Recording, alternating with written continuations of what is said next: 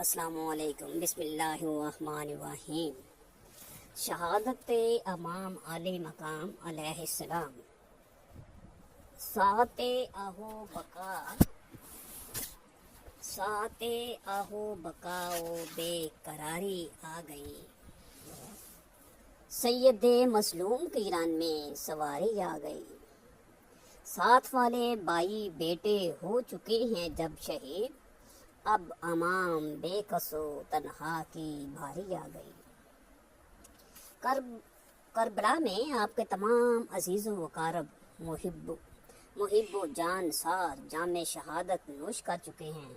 خاندان رسالت کے ایک پھول امام زین العابدین بستر علالت پر لیٹے ہوئے نظر آ رہے ہیں۔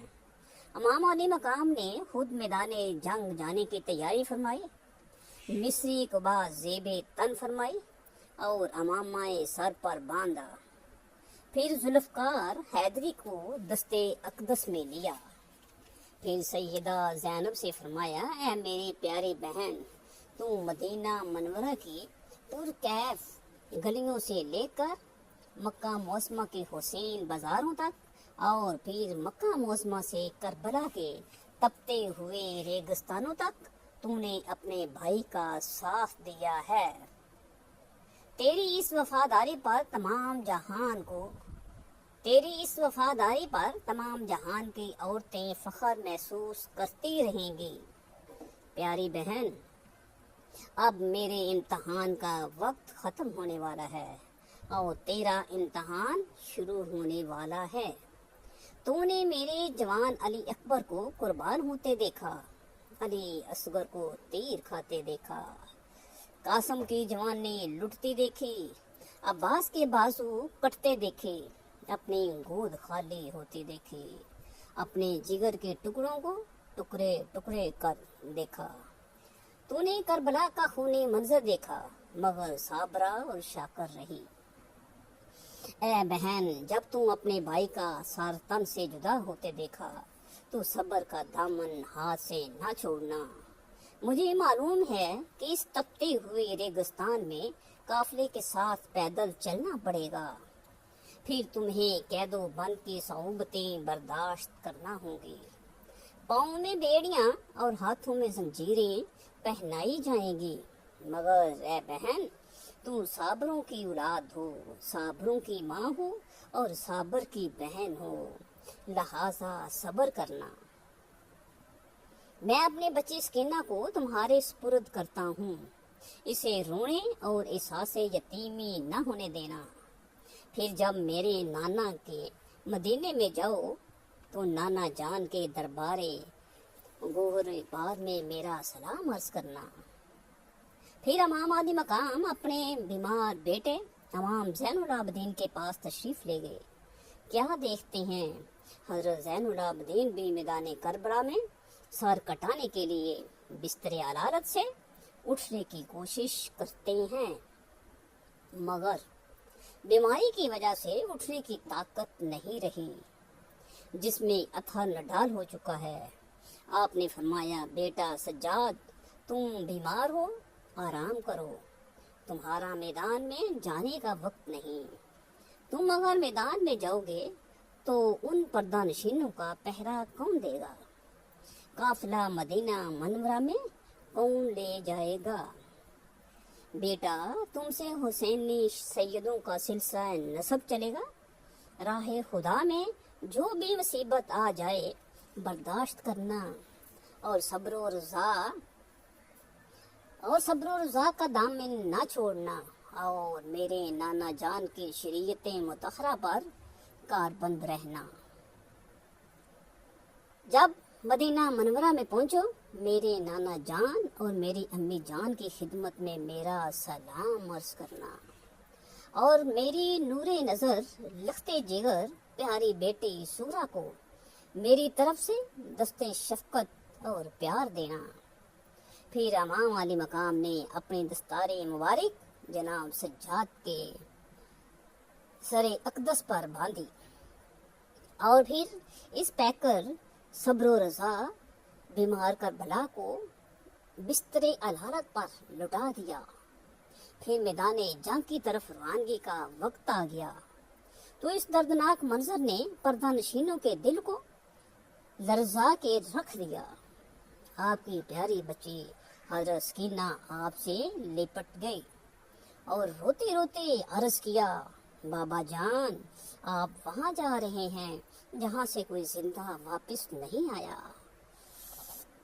میری بابا سکینہ یتیم ہو جائے گی، بے سہارا ہو جائے گی، ہمیں مدینہ شریف کون پہنچائے گا؟ تمام علی مقام نے بچی کو تسلی دی، پھر میدان جنگ کی طرف چلنے لگے تو سوار ہوتے وقت الوداع کہنے والا کوئی نہ تھا۔ کچھ بے کس بے بس یتیموں اور پردہ نشین خواتین کی آہیں تھیں، کچھ بچوں کی یتیمی، بیوہ عورتوں کے بے کسی بے بسی کا احساس آپ کا دامن تھامے ہوئے تھی۔ آنسوں کا غیر منقطع سلسلہ آپ کی راہ میں چھڑکاؤ کر رہا تھا۔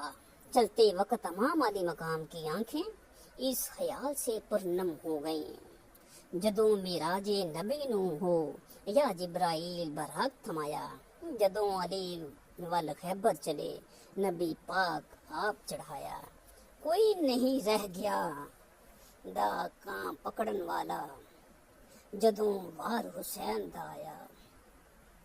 خیمے چوں بی بی زینب نکلی، منہ تے برقع پایا،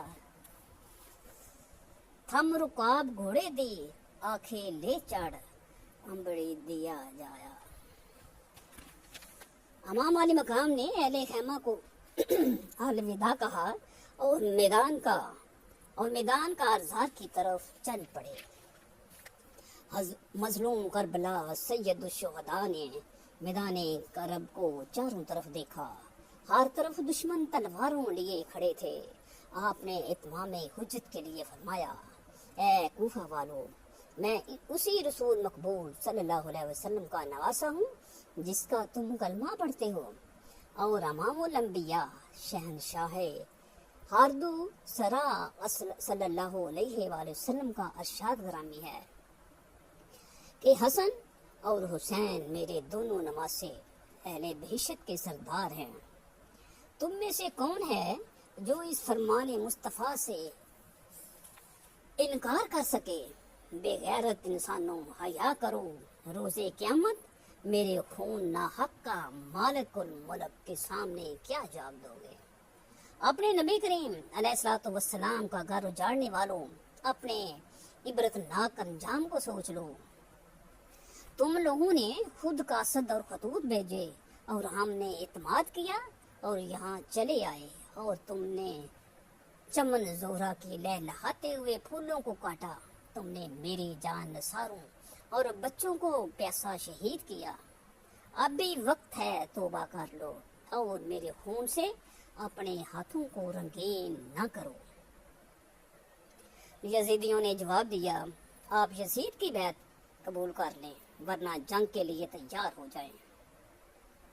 راکب دوش مصطفیٰ صلی اللہ علیہ وسلم نے جواب دیا، یہ سر کٹ تو سکتا ہے مگر کسی فاسق اور فاجر کے سامنے جھک نہیں سکتا۔ یزید پلید کی بیعت و اطاعت سے میرا انکار ہے۔ پھر لشکر ادا سے ابن شان نے تیر چلایا جو امام علی مقام کے سر کے اوپر سے گزر گیا، چنانچہ حق کے علمدار ہاشمی شہنشاہ شیر خدا کے نور نظر نے ذوالفقار حیدری کو جنبش دی۔ ابن سنان بڑے تکبر اور غرور کے ساتھ لڑنے کے لیے نکلا۔ ذوالفقار حیدری نے اس کے ٹکڑے ٹکڑے کر دیے۔ پھر اس کا بھائی بدلہ لینے کے لیے نکلا، آپ نے اسے بھی واصل جہنم کر دیا۔ یکے بعد دیگرے 8 کوفیوں کو واصل جہنم کیا۔ ہاشمی شہزادے کے انداز جنگ کو دیکھ کر عمر بن سعد پکار اٹھا کہ اس کے مقابلے کو ایک ایک کر کے نہ جاؤ بلکہ مل کر ہر طرف سے حملہ کر دو۔ چنانچہ چاروں طرف سے حملہ ہوا۔ علی کے شیر کی تلوار